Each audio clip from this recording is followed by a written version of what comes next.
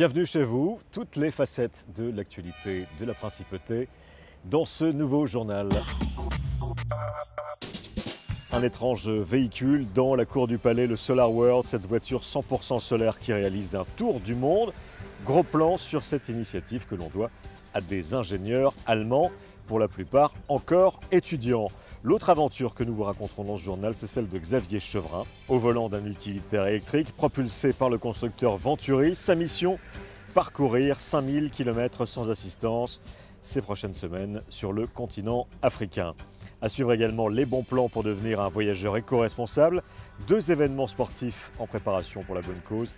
Et dans une dizaine de minutes, rencontre avec le nouveau chef des cuisines du Monte Carlo Beach. Une édition qui sent bon, vous l'avez compris, le week-end. Bonjour à tous, le monde de l'automobile est à la croisée des chemins.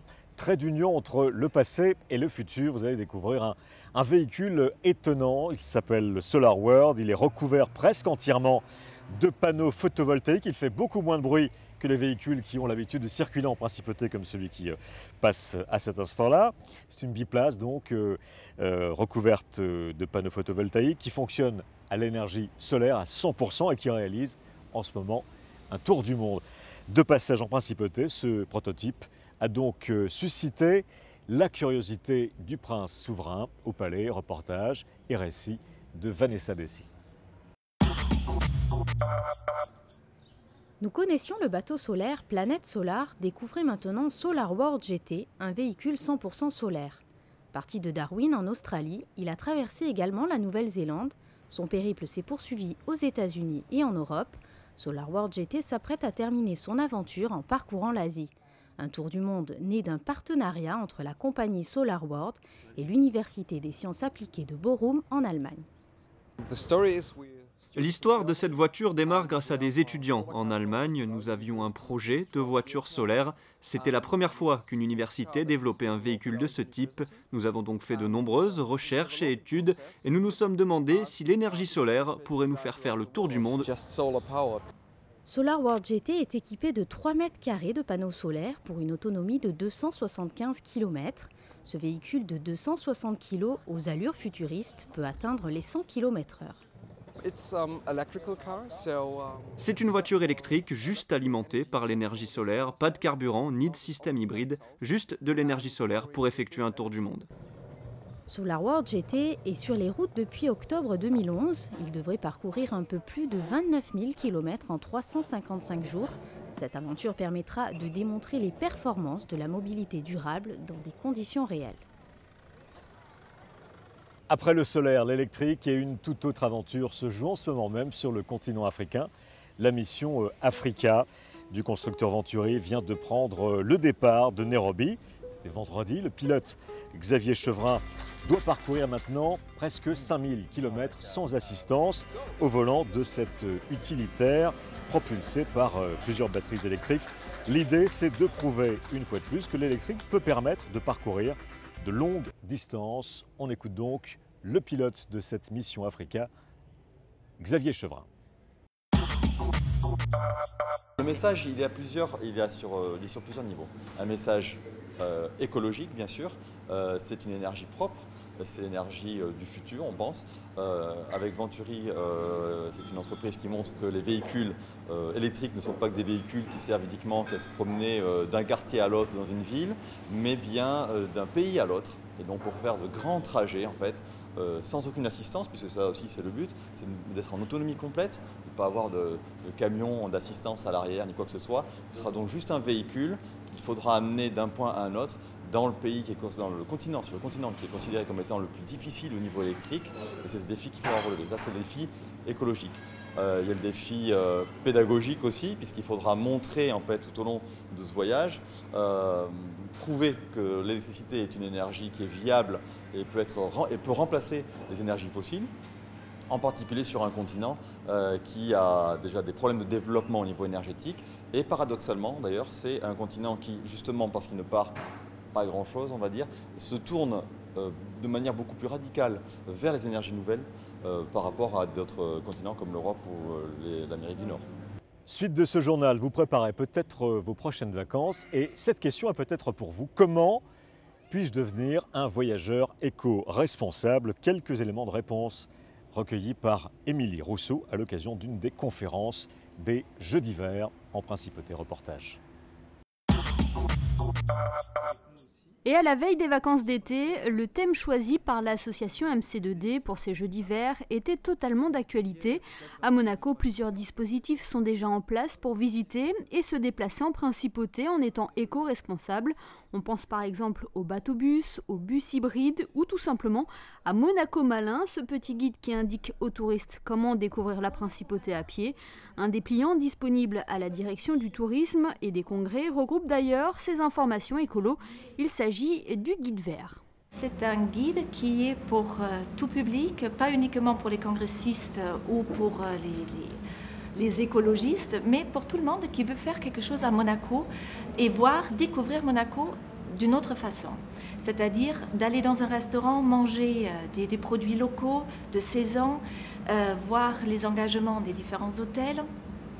Et comme je disais tout à l'heure, le centre de congrès, tout le monde y participe et c'est mentionné dans ce guide et également comment faire en fait un séjour éco-responsable. Et ce 17e rendez-vous des Jeux d'hiver se déroulait à l'hôtel Columbus, un établissement qui est éco-responsable depuis quelques années déjà. On avait mis en avant le tri sélectif, à savoir qu'on trie le verre, le papier, le plastique. On a formé des équipes, donc ce tri se fait dans les étages, dans les points de vente, que ce soit au bar, au restaurant et également en cuisine. Et petit à petit, on s'est axé aussi dans les chambres, à savoir on a équipé toutes les chambres en ampoules économiques. On a mis des détecteurs de présence dans les couloirs, sur 9 étages, donc ce qui fait qu'on fait beaucoup de choses à ce niveau-là. Actuellement, la direction tente d'attirer l'attention de ses clients sur l'économie d'énergie en affichant des messages de sensibilisation. En effet, un client sur deux partirait sans éteindre la lumière de leur chambre.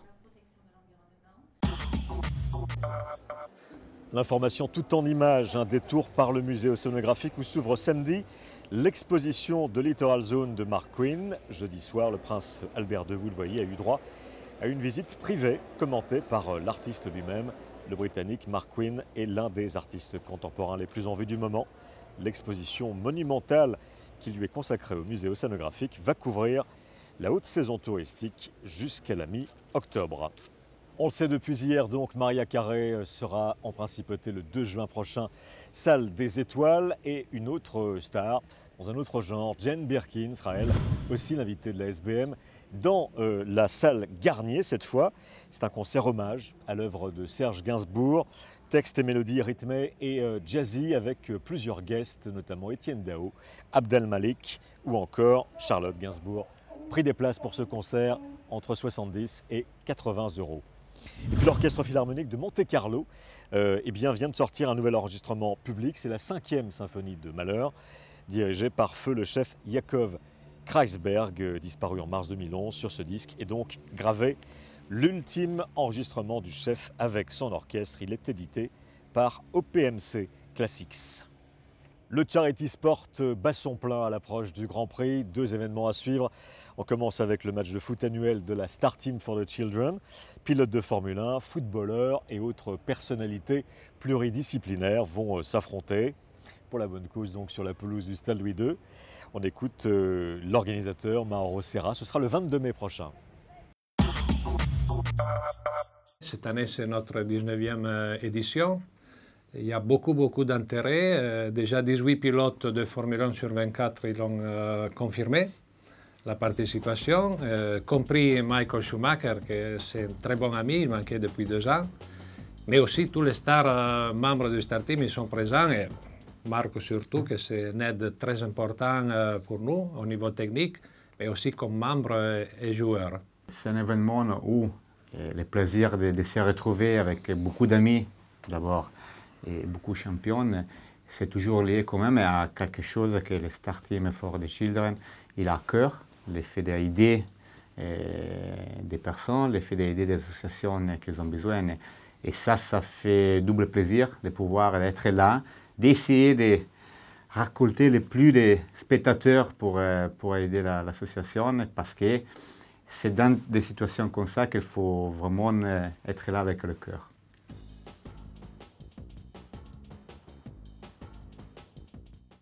Voilà, et vous avez reconnu bien sûr Marco Simone, autre initiative philanthropique, un tournoi de football organisé cette fois par les Carabiniers du Prince. Jeudi de l'Ascension, le 17 mai donc, au stade du Devins à La Turbie. On écoute le parrain de l'événement. Il s'agit d'un champion du monde 8 fois couronné, le copilote de Sébastien Loeb, Daniel Elena. Mon rôle, voilà, c'est de venir, de participer, d'être là, d'être présent, de participer à la tombola. Ça me fait plaisir parce que j'ai beaucoup d'amis dans la compagnie des Carabiniers. Je suis aussi champion de la paix au niveau de Peace and Sport. Si on est là, c'est parce que déjà on a tous un cœur et on est là pour aider. J'ai participé à d'autres associations caritatives et tout, et dès que je peux le faire, je suis là. Voilà pour le sport, propos recueillis par Frédéric Elion. Il a pris la tête des cuisines d'un établissement prestigieux, le Monte Carlo Beach, depuis le mois d'avril. Il s'appelle Paolo Sori, c'est donc le nouveau chef des cuisines. Et Patricia Navarro l'a rencontré pour vous, dégustation. Ces plats ressemblent à des tableaux qu'il prépare avec délicatesse et raffinement. Touches de couleurs, superposition, Paolo Sori compose ses recettes comme un peintre exécute une œuvre. Et après avoir fait le tour du monde, de l'Europe à l'Asie, en passant par le continent américain, c'est à Monaco, au sein du groupe SBM, que Paolo Sori a décidé de venir poursuivre sa carrière.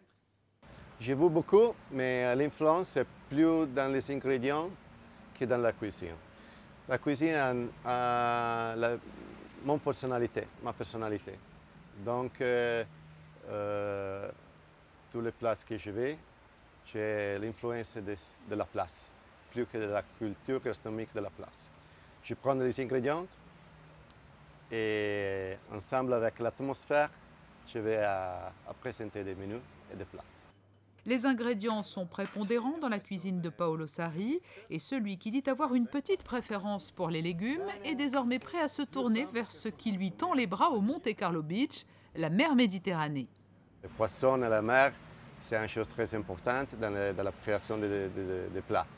Mais aussi, nous sommes en Provence. Provence, il y a beaucoup de couleurs, beaucoup de légumes. Et ici, je vais jouer beaucoup avec les légumes. Les légumes, les petits radis, les fleurs.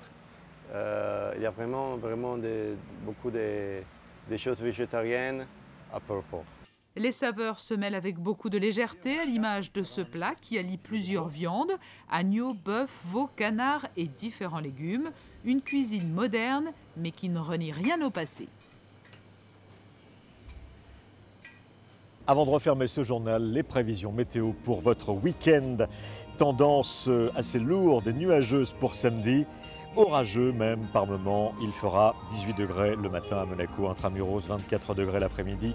Température de l'eau de mer assez confortable quand même. 17 degrés.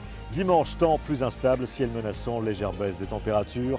Lundi et mardi, la tendance devrait s'inverser, mais les températures resteront plutôt fraîches pour la saison. Dernier journal de la semaine et vous retrouvez tout au long du week-end notre retransmission exclusive du Grand Prix historique de Monte Carlo. Et les moteurs rugissent.